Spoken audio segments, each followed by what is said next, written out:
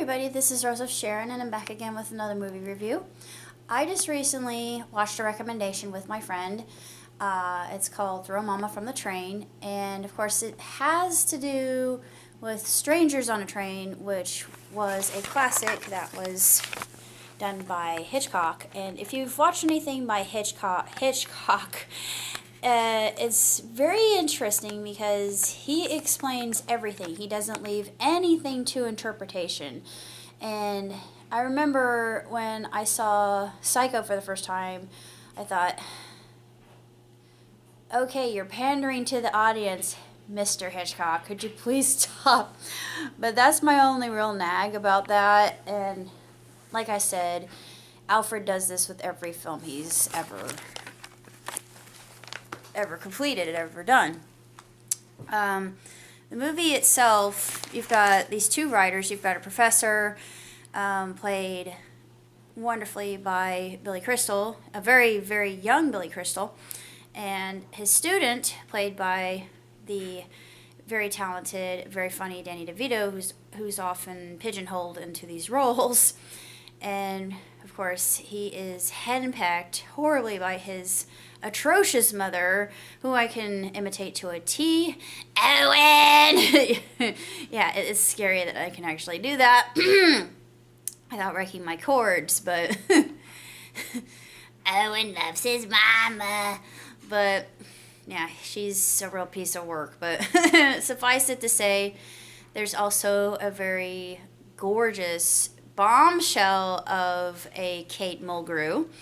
And it was very interesting seeing her in a comedy because I really expect her to be in a more dramatic role, like with Captain Janeway in Voyager. So I thought, oh, so a Shakespearean actress can do comedy. No, I'm just kidding. They can. That's probably where they get most of their chops if they want to do really good improv. But most of the Star Trek actors are classically trained.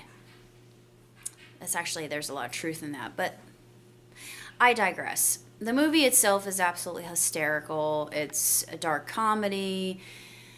The two men are dealing with women in their lives that they would love to off.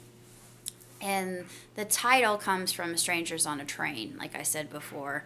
And Throw Mama from the Train itself, we don't really get to see that title until much, much later in the movie where you can see Larry, or Billy Crystal's character, just the final straw that breaks his back because he's got this horrible case of writer's block, and his wife, or ex-wife in this case, stole his book, and she has all claim to it, and she's won all this money, and she's sitting in the catbird seat, basically, to use an old expression that's hardly used anymore, but she's got everything she could want and more. And I'm going to give away the plot, I'm sorry, but it's very, very funny, but they do crisscross just like in Strangers on a Train. Billy takes Billy takes the opportunity to try and murder Owen's mom, and Owen does the honors of murdering Larry's ex-wife. Of course, things happen along the way, and they don't go according to there's a lot of misconstrued information. That's what's so funny about this, a lot of misconstrued information. And another thing I really enjoyed, other than just the whole setting that the movie takes place in, the different locales, is really quite beautifully shot. The panorama is gorgeous. The different phones that Owen uses to call Larry are in and of themselves very, very funny. And I just thought, okay, how many varieties of payphones can you possibly have? But I highly doubt that really exists in real life, because if it did, it would be more of a novelty than anything. I think it was just there for a visual gag, and that in and of itself was rather good. Now, as for a movie that's different, I would have to give it very, very high marks because I enjoyed it. I thought it was hilarious. I had empathy toward Owen's mother, but then there was another part of me that just thought, oh God, just kill her now. I absolutely loathe her. But there's good reason why I feel that way. Nobody should be treated like that, especially by their caretakers. I give the movie 2 thumbs up, 5 stars hands down. It's just a blast from the past. It's a campy film. The plot is pretty basic, and there are just it's a big misadventure, and it's a fun romp, and it's entertaining, and it's one of those popcorn films you can just turn off your brain and not have to worry about different characters and getting them confused, because it's very straightforward. The literature class itself was very amusing, because me being in the liberal arts field, this actually happens. I thought, this is overly accurate, and that's why I like Community so much, the comedy Community. I know I've mentioned that before, but I haven't reviewed the final seasons. One thing I know I'm not doing, and this is probably getting on a lot of my subscribers' nerves, but I am no longer watching My Little Pony. Well, I don't have television, so that's why I can't. But I am no longer doing reviews of My Little Pony, even though I have seen a lot of the newer episodes, especially with the Kieran. That was one of my favorites, because I adore Kieran. It's just basically a Chinese unicorn. That in itself is pretty spectacular, if I do so say myself. Of course, Steven Universe, I've been watching the new episodes. I don't do any reviews of Miraculous, unfortunately. I have been watching that on my telephone. I get a lot of news from a friend of mine at work who is a big fan of Miraculous as well. And I just think it's so cute that his girlfriend was the one who got him into it. I thought, she's got good taste.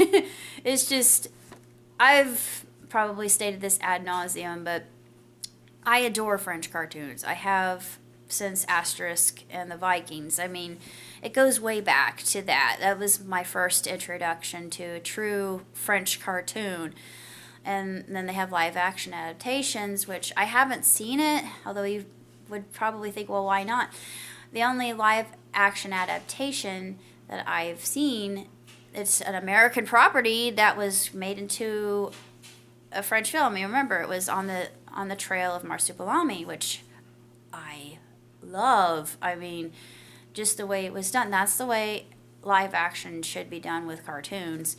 And it's probably one of the best examples I've seen in a good long time. But of course, there are tons of Asterisk and the Vikings, Asterisk and Obelisk, I should say. And it's probably strange for me to actually know about it, just like I know about Tintin and all that. But I have exposure just because I've known about it, I read about it, and I decided, let me delve into it and see if I like it. Guess what? I like it. But other than that, got a lot going on. Updates. Hoping to get a new house. My lease ends in April, so I'm going to work on that. Got to do that quickly.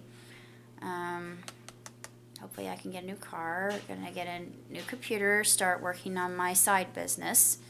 More on that later, but I'm not going to talk about that too much here, because that's more of a business matter than it is for public.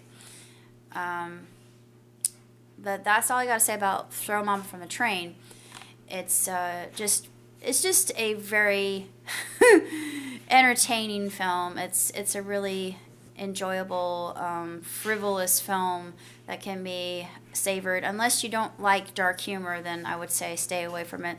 There's some graphic scenes, but no blood. It's more like Weekend at Bernie's, and the way that the humor is portrayed, particularly with one scene with Owen and his mom in the bathroom, and how he has this fantasy going through his head. That is one of my favorite scenes. But what I really like the best was when he gets her a cup of soda. That I absolutely enjoyed. And despite the fact that he wants to murder her so much, he just can't go through with it because he loves his mom. It's just, he's a good son. He can't bring his moral compass, just, it won't allow him to do that.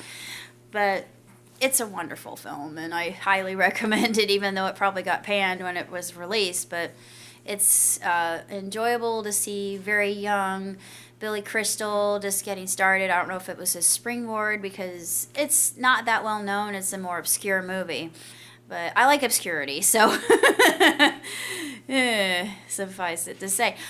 That's all I got to say for now. Till next time. Live long and prosper. Ciao, Tutti. I got one more.